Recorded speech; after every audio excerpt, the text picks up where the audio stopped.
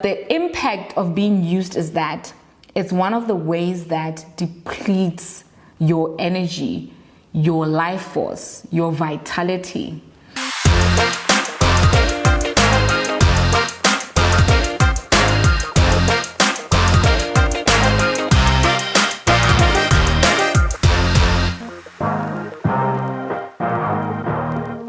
Is it an opportunity or they're using you?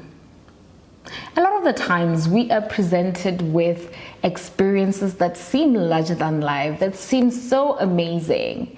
And you think, oh my God, this is a moment to thrive. This is a manifestation.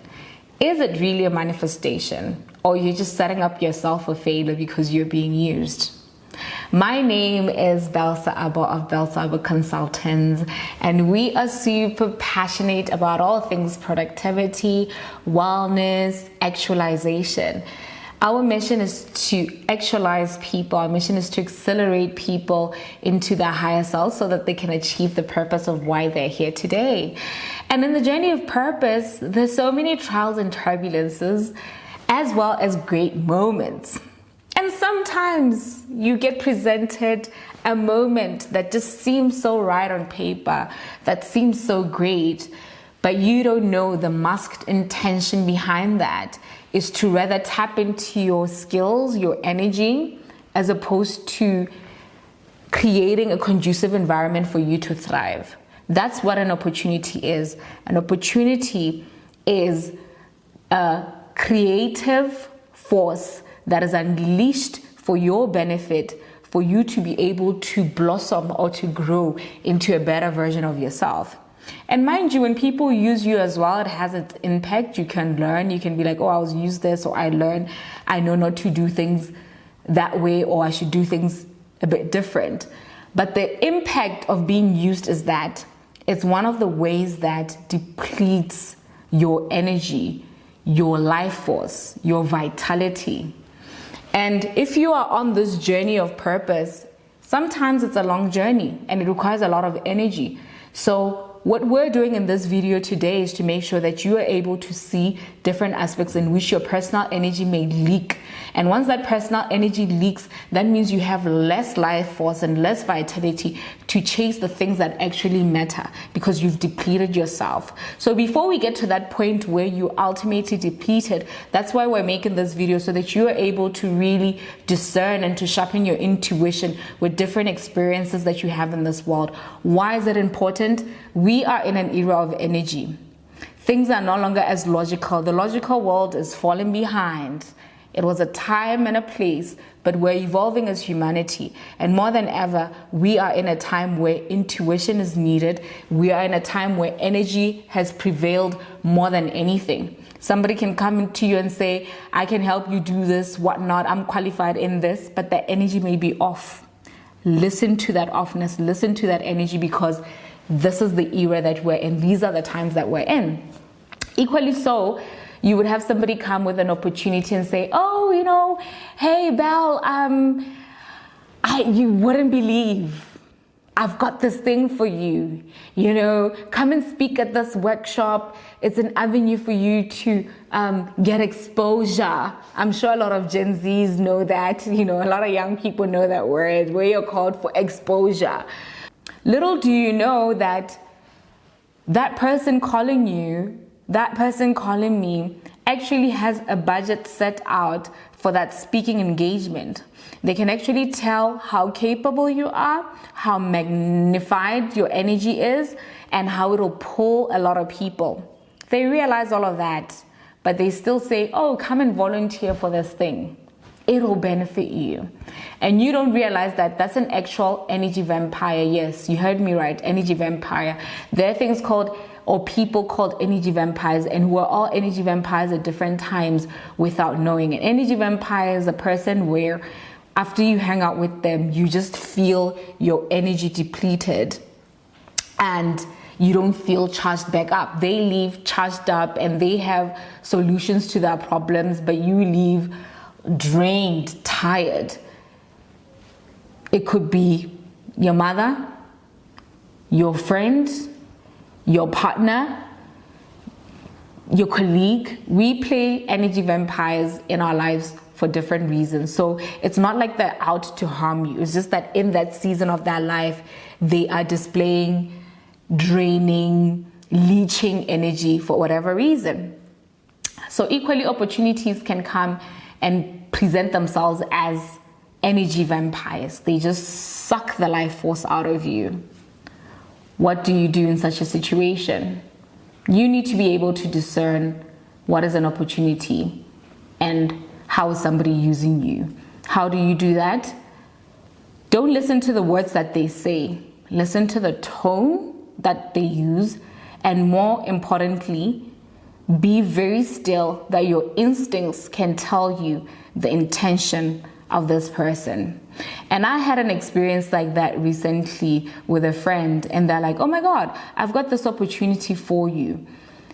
And I felt crazy because I saw it and I was like, this is presenting as an opportunity, but what I'm sensing instinctively is that this person is masking this as an opportunity, but it's got nothing to do with me, but everything with them, and wanting to use me as a stepping stone to advance themselves however they wanted to advance themselves.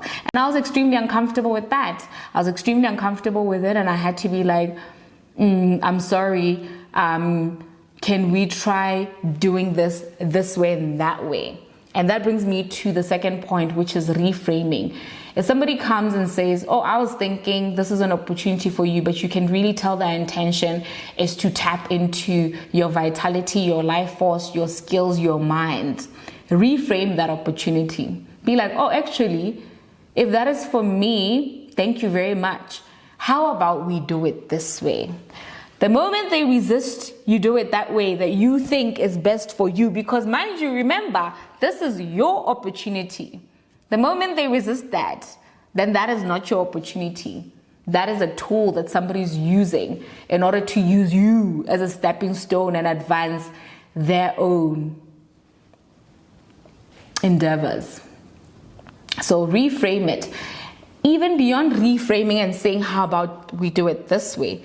Reframe it mentally to say, how can I use this moment for my benefit? I can tell I'm being used here, but how can I spin it, or how can I shift my perspective to be able to see beyond what is obvious, which is what is obvious is that you're being used. And once you reframe it in your mind to say, I know that I'm being used here, but I can tap in and I can do this and that, and I would get access or network to this person. So let me just do it, notwithstanding that I know what's taking place. I have the bigger picture of how I can use this also as a stepping stone to what I want to achieve.